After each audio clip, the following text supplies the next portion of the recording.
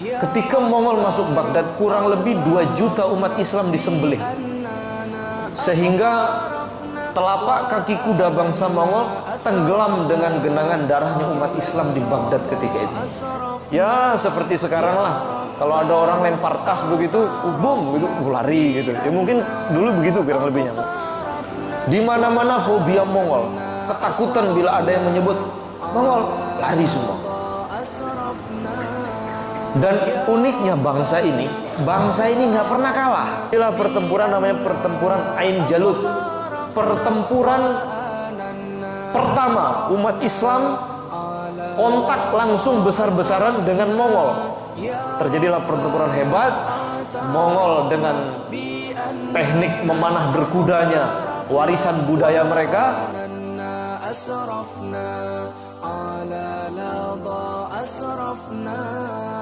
saya akan menyentuh sedikit sejarah panahan. Ketika terjadi perang salib, umat Islam benar-benar ketika itu menghadapi persoalan konflik yang bersifat sara, ya. Nah, ketika itu umat Islam tercerai-berai. Di tengah masa transisi faktor perang salib, tiba-tiba terjadi invasi Mongol dari arah sana dataran tengah Cina. Muncul satu bangsa yang mereka ini sangat mengerikan, namanya bangsa Tartar atau Mongol, yang diceritakan di dalam sebuah kitab yang berjudul Al-Mughal Bainal Intisar wal Inkisar, bangkit dan runtuhnya bangsa Mongol. Bangsa Mongol ini pernah menguasai dunia. Cina itu dulu dikuasai oleh Mongolia pada zamannya Genghis Khan. Genghis Khan itu nama aslinya Temujin. Dia seorang anak kepala suku klan tertentu di Mongol sana. Kemudian dia merangkul klan-klan yang ada menjadi suatu bangsa yang kuat.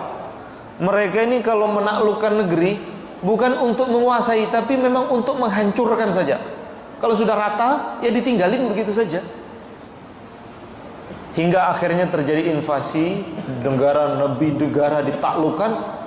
Akhirnya bangsa Mongol ini masuk ke negeri Baghdad, ibu kota umat Islam ketika itu, pada zaman dinasti Bani Abbasiyah. Jadi ketika itu Mongol masuk Baghdad. Ketika Mongol masuk Baghdad, kurang lebih 2 juta umat Islam disembelih, sehingga telapak kaki kuda bangsa Mongol tenggelam dengan genangan darahnya umat Islam di Baghdad ketika itu. Orang-orang yang selamat sedikit sekali, hanya orang-orang yang berhasil sembunyi di dalam selokan, masuk ke dalam sumur, atau pura-pura mati. Selain itu, umat Islam selesai. Semuanya digorok semua oleh orang-orang Tartar atau orang-orang Mongol. Bila satu bangsa itu runtuh, biasanya penyebabnya bukan hanya terjadi invasi atau terjadi penaklukan dari bangsa lain, bukan. Tapi memang secara moral dan pengamalan agama ketika itu memang lambat laun sedang merosot. Sehingga waktu itu khalifah umat Islam namanya Mu'tasim Billah itu digulung di dalam karpet, dimasukkan ke dalam karpet, digulung, kemudian diinjak oleh kuda sampai mati. Karena menurut keyakinan bangsa Mongol ketika itu, darah raja itu nggak boleh netes ke bumi, sial kan, kata orang Mongol. Maka cara membunuh raja itu dia nggak ditikam begitu, nggak, tapi dimasukkan dalam karung atau digulung dalam karpet, kemudian dipukuli sampai mati. Khalifah umat Islam ketika itu Mu'tasim Billah dalam keadaan seperti itu, dimasukkan ke dalam karpet, digulung, kemudian diinjak oleh kuda, beliau wafat. Ketika runtuhnya Baghdad dengan masuknya Mongolia atau bangsa Tartar ke Baghdad, seluruh negeri muslim fobia Mongol. Jadi kalau di warung begitu ada yang teriak Mongol, lari semua itu. Ya seperti sekarang lah, kalau ada orang lempar tas begitu, boom gitu, lari gitu. Ya mungkin dulu begitu kurang lebihnya mungkin. Di mana-mana fobia Mongol, ketakutan bila ada yang menyebut Mongol, lari semua. Dan uniknya bangsa ini nggak pernah kalah. Mulai zaman kakeknya yang menaklukkan Baghdad waktu itu, mulai dari Genghis Khan sampai cucunya Hulagukan yang menaklukkan Baghdad, itu belum pernah kalah, sekalipun tidak pernah kalah. Jadi unik bangsa Mongol ini. Mongol ini satu bangsa mengadakan invasi tapi tidak pernah kalah. Cina takluk, Khwarizmi takluk. Pernah mau masuk ke Indonesia Mongol pada zaman Sri Kertawijaya atau Brawijaya V. Waktu itu supaya Mongol nggak masuk ke Indonesia, akhirnya ini 3 negara besar, kerajaan besar gabung jadi satu. Mereka membuat front. Apa front itu? Gabungan, kekuatan gabungan. Yaitu kerajaan Malaka, yang kedua kerajaan Siam, yang ada di Kamboja, kerajaan Siam. Yang ketiga kerajaan Majapahit. Ini gabung jadi satu, mengantisipasi masuknya Mongol ke Indonesia. Jadi kuat. Jadi Mongol mikir-mikir kalau masuk Indonesia. Ini gabungan ini berat ini. Karena Majapahit waktu itu rajanya namanya Sri Kertawijaya atau Brawijaya V. Itu diambil menantu oleh Raja Siam, namanya Putri Dorowati. Nikah dengan putri Raja Siam namanya Putri Dorowati. Terjadi ikatan perkawinan supaya aman dari serangan Mongol. Mongol sempat masuk di Indonesia, kirim utusan masuk lewat Trenggalek. Trenggalek itu Jawa Timur. Oleh salah satu wilayah di situ, di kupingnya dipotong gitu. Tapi setelah itu nggak pernah kembali lagi. Jadi Indonesia ini pernah sejarah kontak dengan Mongol, tapi tidak sampai masuk. Saya ringkas cerita, penaklukan demi penaklukan, India jatuh ke tangan Mongol. Sampai akhirnya ketika umat Islam sudah mulai resah karena Mongol ini begitu kuat, maka dipelajari di mana letak kekuatannya Mongol. Ternyata mereka ini terkenal dengan ilmu memanah dan berkuda. 2 ilmu ini bergabung jadi satu, menjadi hobi sebuah bangsa, namanya bangsa Tartar atau bangsa Mongol. Mereka menaklukkan dunia dengan disiplin 2 ilmu ini, memanah, berkuda. Mongol itu saking sayangnya dengan kuda, mereka lebih baik nggak punya istri daripada nggak punya kuda. Nggak apa-apa nggak punya istri, yang penting punya kuda. Saya punya teman baru pulang dari Mongol, ada perlombaan memanah di sana, cerita dengan saya. Jumlah kuda di Mongol itu lebih banyak daripada penduduk Mongol itu sendiri. Sampai detik ini mereka tuh sangat pecinta berkuda dan memanah. Kalau di negeri kita 17 Agustus ya pawai di depan jalan buat apa begitu, menunjukkan pusaka kebudayaannya masing-masing. Tapi kalau di Mongol enggak, seluruh negeri memanah semua. Mereka itu ada patungnya Genghis Khan di ibu kota Ulaanbaatar di Mongol. Nah, akhirnya umat Islam mulai berpikir bagaimana umat Islam membuat tandingan yang fokus untuk mempelajari ilmu memanah. Maka di Mesir waktu itu berdiri dinasti, namanya dinasti Mamalik atau dinasti Ayyubiyah, di Mesir. Nah, mereka di Mesir karena terjadi perang salib, maka banyak pasar-pasar budak. Pasar-pasar budak itu apa ya? Pasar hamba-hamba sahaya, budak. Itu sekali beli budak itu 3.000 langsung. Anak-anak kecil begitu. Karena mereka ini korban perang, itu sekali beli budak itu 3.000. Nah, yang beli itu namanya atabek. Atabek itu sekali beli budak 3.000. Anak-anak kecil ini dimasukkan ke dalam barak militer. Dilatih berkuda, dilatih memanah. Dilatih berkuda, dilatih memanah, hingga dari anak-anak kecil ini muncul namanya satu pasukan elit, namanya pasukan Mamluk Bahriyah namanya. Karena barak militernya itu berdekatan dengan Sungai Nil, maka dikatakan Mamluk Bahriyah. Akhirnya, ringkas cerita, dari pasukan elit yang ahli memanah berkuda ini terbentuk suatu pasukan elit yang dipimpin oleh seorang tokoh sejarah Islam, namanya Saifuddin Qutuz. Saifuddin Qutuz ini memimpin pasukan para budak ini untuk melawan Mongol ketika itu. Lawan Mongol yang sudah ngobrak-ngabrik Baghdad, sekarang perang. Pertempurannya, panggungnya di Syam, di sebuah tempat namanya Ain Jalut. Terjadilah pertempuran hebat dalam Islam yang tidak akan pernah dilupakan dalam sejarah Islam dan tertulis dengan tinta emas dalam buku-buku sejarah kita. Terjadilah pertempuran namanya pertempuran Ain Jalut. Pertempuran pertama umat Islam kontak langsung besar-besaran dengan Mongol. Terjadilah pertempuran hebat. Mongol dengan teknik memanah berkudanya, warisan budaya mereka. Nah, Islam membawa para budak dulu yang sudah dilatih dengan ilmu memanah berkuda. Terjadi pertempuran, kalah Mongol. Itulah kekalahan Mongol pertama dalam sejarah Mongol. Tidak pernah kalah sebelumnya. Dengan kekalahan Mongol pertama kali, ternyata itulah yang terakhir kalinya. Dinasti ini bubar. Dengan sebab apa? Ilmu memanah dan berkuda. Langsung selesai. Karena jenderal kesayangannya Hulagukan yang dulu pernah membunuh Mu'tasim Billah di Baghdad, stres karena jenderal kesayangannya mati, dibunuh oleh Saifuddin Qutuz.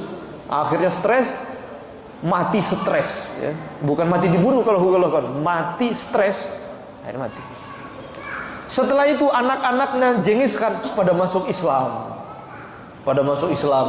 Di India ada namanya Tipu Sultan atau Tipu Sultan Haidar Ali. Itu keturunan Genghis Khan masuk Islam itu. Ada di India namanya Sultan Mahmud Ghazan. Itu sultan berdarah Mongol, hafal Quran. Hafal Quran.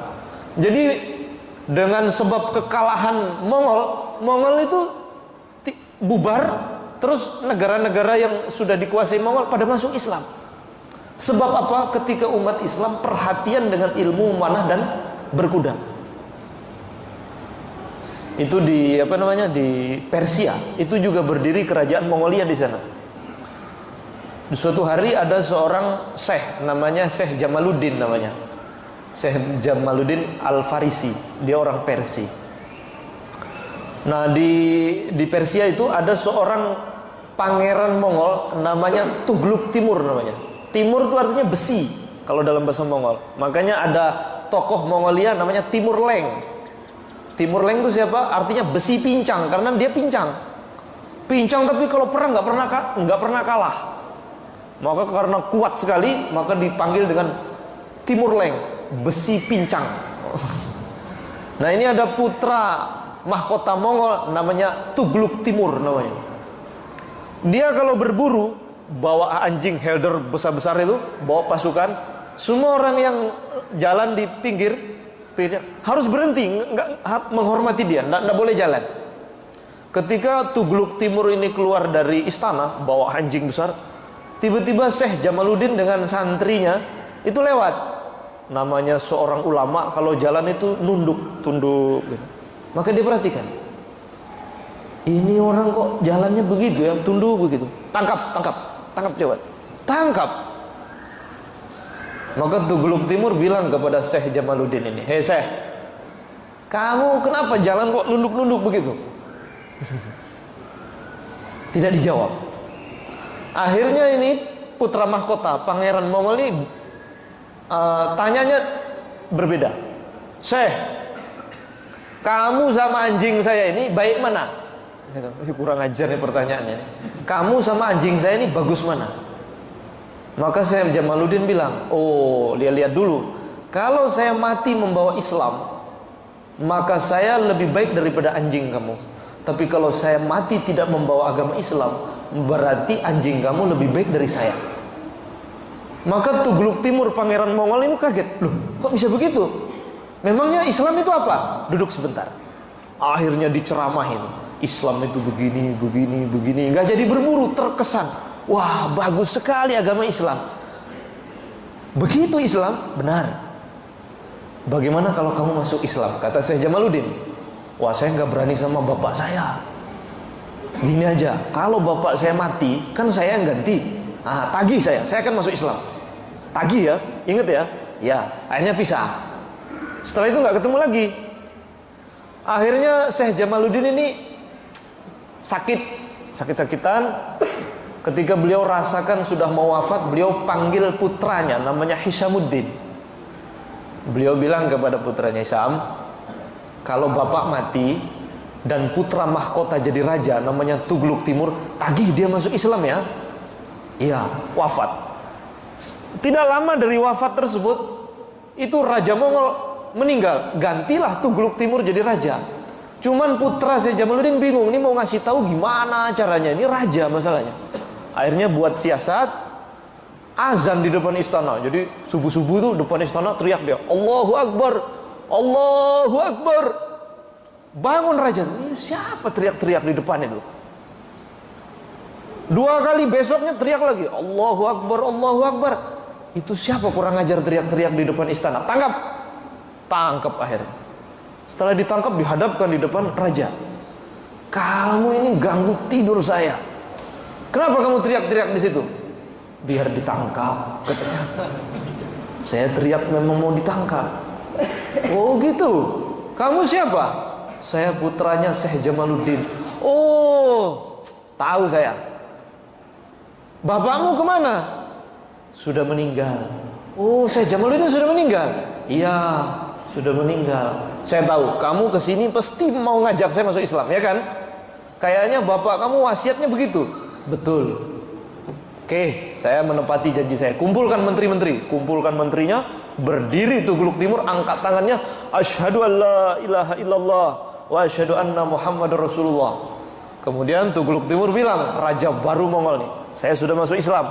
Kalian para menteri harus masuk Islam. Sebagian senyum-senyum.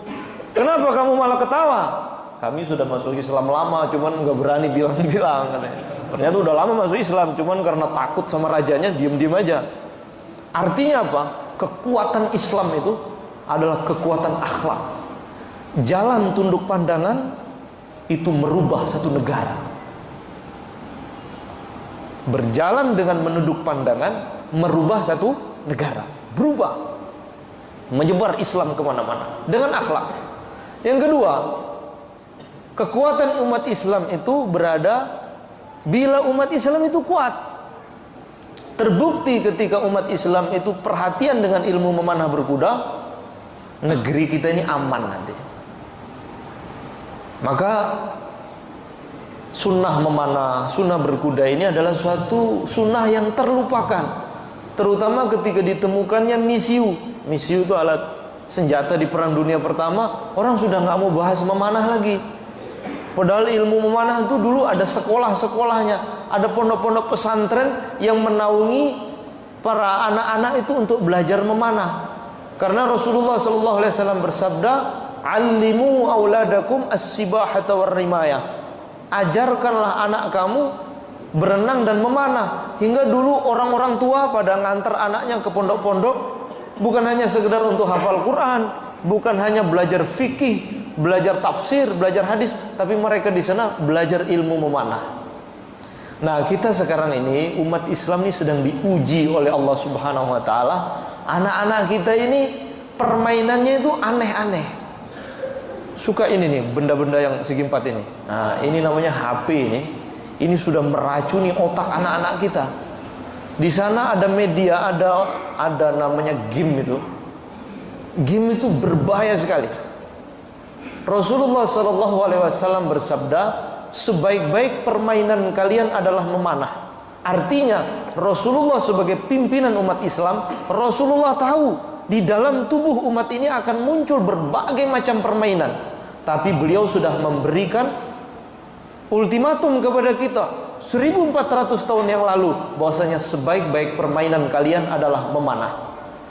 Rasulullah tahu di dalam diri umat ini akan muncul game segala macam. Dan itu membahayakan. Game itu sebenarnya narkoba dari bentuk lain. Game itu sama-sama punya unsur nagih. Kalau sudah lewat level 1, dia pingin level 2. Kalau level 2 pingin level 3. Terus hingga otaknya tegang, dan tidak satu kasus orang tengah main game itu mati. Karena apa? Ini cerita orang stres, banyak masalah, pelariannya itu game, pelariannya itu media sosial. Nah maka kalau seandainya umat Islam ini bangkit semua, mereka kembali kepada permainan yang Rasulullah SAW bersabda, sebaik-baik permainan kalian adalah memanah. Maka nanti frekuensi anak-anak kita main HP turun itu, karena dia lebih asik dengan sesuatu yang nyata. Berarti untuk anak-anak saja, untuk suami-suami ini juga ya, bapak-bapak ini juga. Kalau memanah, Masya Allah, positif. Ini jujur-jujuran ya, ini jujur-jujuran. Kita jujur saja. Insya Allah semua yang hadir di sini poligami semua. Cuman bukan dengan perempuan, dengan HP. Jujur-jujuran, kita memandang HP lama mana dengan kita menatap istri kita? Jujur ya. Lama mana Pak? Nggak pernah kita natap istri kayak natap HP itu. Nggak pernah itu. Kalau kita ukur ya waktunya, kenikmatan menatap HP pun lain rasanya itu. Jadi sebenarnya terjadi suatu tatanan rumah tangga yang aneh ya. Suami istri ya sibuk dengan jual beli online-nya itu, dia sudah keliling dunia. Dulu kalau perempuan main ke tetangga ya, malam-malam mungkin di Riau ini dianggap tabu. Itu perempuan secara sosial mungkin kurang baik di mata masyarakat. Sekarang tingkat keluyurannya wanita itu bisa ke Jepang dia, tapi online itu artinya area keluyurannya lebih luas. Gitu. Yang laki-laki juga begitu. Nah, kalau seandainya suatu rumah tangga anaknya suka memanah, ibunya suka memasak ya, terus suaminya itu suka berkuda, itu kan indah lah begitu. Hidup kembali sunnah yang pernah terlupakan, dan itu sangat positif sekali. Memanah itu meningkatkan konsentrasi, menyehatkan badan. Rasulullah SAW bersabda, ala innal quwwata ar-ramyu. Ketahuilah, sesungguhnya kekuatan itu adalah memanah. Jadi kalau mau kuat, memanah. Saya dulu pernah ada tamu orang Palembang datang ke rumah saya. Orang Palembang, badannya itu gotot, gede, tinggi. Dia bilang dengan saya naik motor dari Jawa Timur ke Palembang, goncengan sama istrinya. Fisiknya kuat sekali.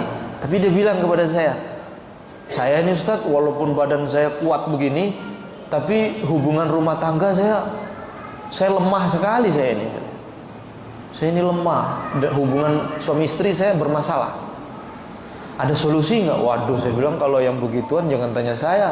Saya ini dari kecil di pesantren, kalau tanya hukum saya cari kitabnya. Tapi kalau yang begini ya tanya dokter Boyke, jangan tanya saya. Saya nggak tahu kalau yang begitu. Tapi kalau antum mau, saya berikan saran. Di dalam hadis Rasulullah SAW bersabda, ala innal quwwata ar-ramyu. Kalau mau kuat, memanah. Itu kuat itu global, kuat fisiknya, kuat kelaki-lakiannya, kuat kefokusannya, kuat akalnya, mana aja. Kira-kira begitu. Saya bilang, saya ngarang-ngarang aja itu, enggak tahu dari mana. Saya karang aja. Habis itu dia beli busur, beli anak panah, terus dia mulai latihan memanah. Setiap bangun tidur 1 set selama 40 hari. Setelah 40 hari datang ke rumah, dia meluk saya. Alhamdulillah. Alhamdulillah apa ini? Saya bilang, istri saya sudah senyum sendiri sekarang. Dulu ngamuk terus. Oh gitu. Saya garu-garu kepala, padahal saya ngarang-ngarang aja itu. Tapi saya ingin tahu jawabannya. Suatu hari di Banjarmasin ada undangan pengajian. Saya ketemu dengan Ustadz Sofyan Nur dari Banjarmasin. Saya cerita, Ustadz, ada orang punya masalah hubungan suami istri.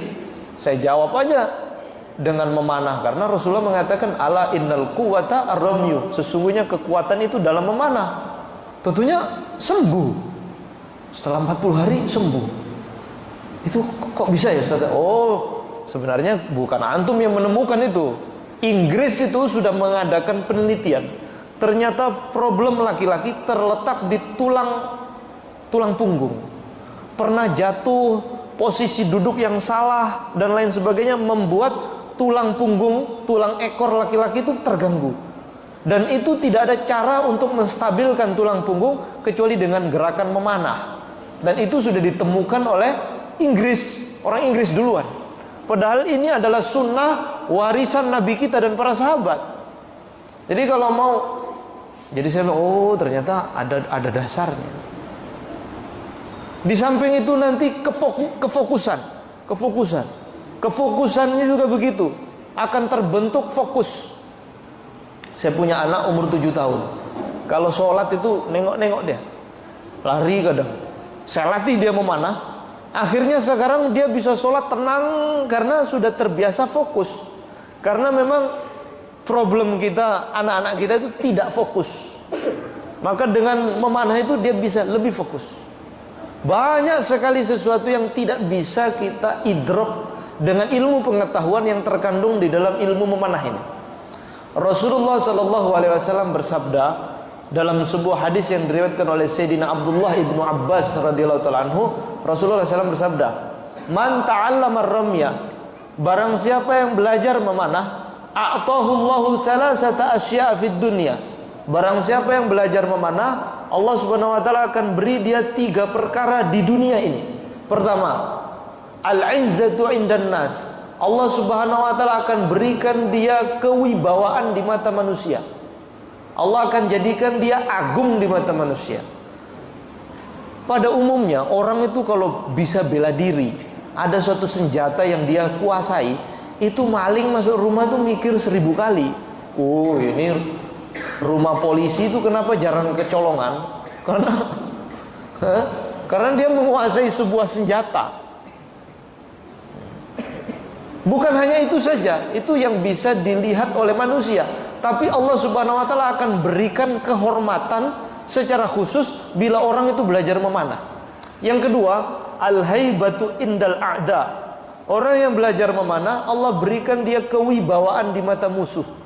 Umat Islam sekarang ini tidak punya wibawa sama sekali, karena meninggalkan satu sunnah yang sudah sekian lama dilupakan. Yang ketiga, as-sa'atu fir rizqi. Orang yang belajar memanah dilapangkan rizkinya oleh Allah Subhanahu wa taala. Rizkinya lapang. Loh, apa hubungannya, Pak? Memanah datang rizki. Rizki itu ada 2. Ada rizki zohir, ada rizki batin. Rizki zohir itu untuk kebutuhan zohir, jasmani. Ada rizki batin. Rizki batin itu untuk menopang nutrisi rohani. Nutrisi rohani. Contoh, kita punya uang 100 juta di dalam ATM di kantong kita, tapi tetangga semua cemberut, nggak enak punya duit itu. Di saku kita ada 100 juta, tapi istri cemberut terus dalam rumah, nggak enak punya duit itu. Berarti senyuman istri itu adalah rizki, senyuman tetangga kita itu adalah rizki, anak yang nurut itu adalah rizki. Seandainya aib kita dibuka oleh Allah di samping orang yang duduk di samping kita sekarang, mungkin yang di samping kita nggak mau duduk tuh. Oh, ternyata dia sebenarnya begini. Ditutup aib kita oleh Allah Subhanahu wa taala, itu adalah rizki dari Allah Subhanahu wa taala. Seandainya dibuka, mengerikan. Nah, maka pengertian dilapangkan rizki itu umum sekali. Rizki iman, rizki ilmu dilapangkan oleh Allah. Bahkan di dalam sebuah hadis yang riwayatkan Sayyidina Anas bin Malik, Rasulullah SAW bersabda, "Man ittakhadha qausan fi baitihi nafallahu anhul faqra." Dalam riwayat lain, arba'ina sanah. Barang siapa yang punya busur di dalam rumahnya, Allah akan hilangkan kefakiran dalam rumah tersebut. Dalam sebuah riwayat lain, Allah akan hilangkan kefakiran dalam rumah itu selama 40 tahun. Jadi rumahnya lancar rizki, ya. Karena Allah akan hapus kefakiran dalam rumahnya selama 40 tahun. Itu baru ada busur dalam rumah, belum belajar, ada saja itu, taruh gitu aja. Itu mendatangkan rizki. Hadis ini marfu yang diriwayatkan oleh Sayyidina Anas. Jadi memiliki busur, belajar memanah, itu sebenarnya upaya melancarkan rizki. Di dalam Al-Quran juga disebutkan, wa'iddu lahum mastata'tum min quwwah wa min ribatil khail turhibuna bihi aduwallahu wa aduwakum wa akharina min dunihim la ta'lamunahum Allahu ya'lamuhum wa ma tunfiqu min syai'in fi sabilillah yuwaffa ilaikum wa antum la tuzlamun. Persiapkanlah diri kalian berupa memanah dan berkuda, menggetarkan hati musuh kalian dan musuh Allah dan yang lain yang kalian tidak tahu, hanya Allah yang tahu. Kemudian ayat ini ditutup dengan ayat infak. Apa yang kalian infakkan untuk beli kuda, beli busur, beli anak panah, wa ma tunfiqu min syai'in fi sabilillah, di jalan Allah, yuwaffa ilaikum, Allah akan sempurnakan balasannya di dunia dan di akhirat. Wa antum la tuzlamun, dan kalian tidak akan dizolimi sama sekali, tidak akan dianiaya. Artinya apa? Semua yang kita keluarkan untuk memanah, untuk berkuda, itu nanti datang kembali. Makanya nggak ada pemanah melarat, nggak ada, insya Allah, kira-kira begitu. Kecuali bagi yang tidak ikhlas, mesti nanti rezekinya naik. Jadi sumber rezeki itu, tadi saya lihat di situ ada apa, kajian apa? Ekonomi apa? Ekonomi Islam ya. Ekonomi Islam. Nanti belajar sama Ustaz itu. Tapi ekonomi Islam itu ajaib. Tidak ada hubungannya dengan ilmu ekonomi. Kadang begitu. Contoh, Sayyidina Abdurrahman bin Auf itu orang paling kaya di Madinah. Kalau kafilah dagang Abdurrahman bin Auf lewat Madinah, itu Madinah goyang. Suatu hari Sayyidatuna Aisyah kaget. Ini suara gemuruh apa ini? Geruduk-geruduk gitu. Orang mengatakan kafilah dagang milik Abdurrahman bin Auf. Saking kayanya, itu ketika beliau wafat, emas itu dipacul karena terlalu banyak. Bagi-bagi ke anak istrinya, dipacul. Ada orang macul emas? Belum ada ya. Sayyidina Abdurrahman bin Auf saking kayanya, emas itu dipacul. Tapi beliau itu sumber ekonominya di mana?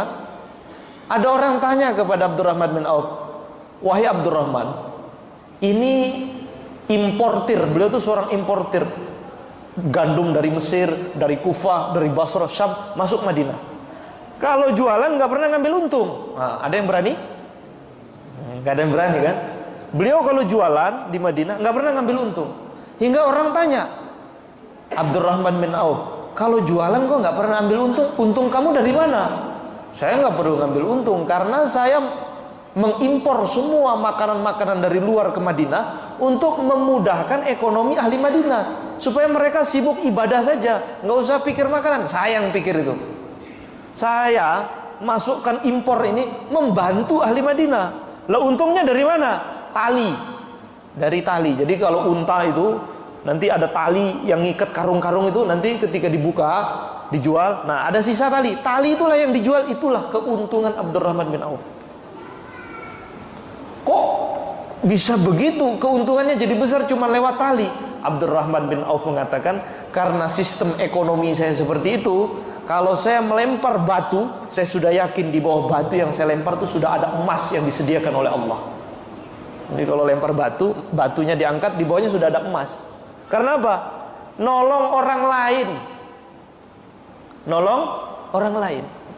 Sistem ekonominya begitu dulu sahabat. Jadi bukan mengeluarkan mengeluarkan modal sekecil-kecilnya, meraup keuntungan sebesar-besarnya. Antum Cina kalau begitu. Tapi kalau sahabat enggak, mengeluar sebesar-besarnya untuk menolong saudara muslim. Nanti yang datang lebih banyak lagi, dengan cara min haitsu la yahtasib, dari arah yang tidak disangka-sangka. Sebenarnya kalau kita pikir, yang kita nikmati hari ini tuh kan enggak antum pikirkan sebelumnya. Seperti air minum yang ada di depan saya nih, 15 menit yang lalu saya tidak pernah mengira seakan disuguhkan ini. Kalau begitu, apa yang kita nikmati hari ini sebenarnya tidak kita rencanakan sebelum-sebelumnya. Kalau begitu, sebenarnya tidak ada tatanan, tidak ada sistem. Yang ada itu bila hati kita baik, Allahu fi aunil abdi, maka al abdu fi auni akhihi. Bila seseorang itu menolong hamba Allah, nanti akan ditolong oleh Allah. Itu rumus ekonomi. Rumus ekonomi. Yang kedua, ada rumus ekonomi yang aneh. Orang itu kalau menyiapkan dirinya untuk membela agamanya, punya busur. Coba seandainya negeri kita yang kita cintai ini tiba-tiba diserang oleh negara lain, gimana kira-kiranya? Sementara yang punya senjata hanya ABRI. Kita mau membela negeri kita yang kita cintai ini gimana? Kalau kira-kira ada yang menyerang begitu, kita mau membuktikan cinta kita kepada negeri ini gimana? Kalau orangnya cuma bisa main game begitu, ya nggak bisa. Saya ini pernah menaklukkan ternyata di game, ya nggak bisa. Sang penakluk tapi dalam dunia game. Kita butuh sosok yang kuat. Nah, maka dengan adanya ilmu memanah berkuda ini mengembalikan wibawa umat dan kekuatan umat. Nah, saya rasa itu saja cuplikannya yang bisa saya sampaikan. Mungkin bisa kita pertajam dengan tanya jawab. Isa, berapa menit lagi? 10 menit lagi. Sudah masuk. Oh, kalau begitu kita tutup. Kita tutup. Semoga majelis kita diterima oleh Allah Subhanahu wa taala. Ini perjumpaan kita ini semoga diberkahi oleh Allah, termasuk orang yang belajar memanah. Karena kalau kita niat belajar memanah, kita akan dikaruniai oleh Allah Subhanahu wa taala kelapangan rezeki, kewibawaan dan lain-lain sebagainya. Semoga kita diterima oleh Allah Subhanahu wa taala. Kita tutup doa kifaratul majelis. Subhanallah bihamdihi, subhanallah bihamdika, asyhadu an la ilaha illa anta, astaghfiruka wa atubu ilaik. Assalamualaikum warahmatullahi wabarakatuh.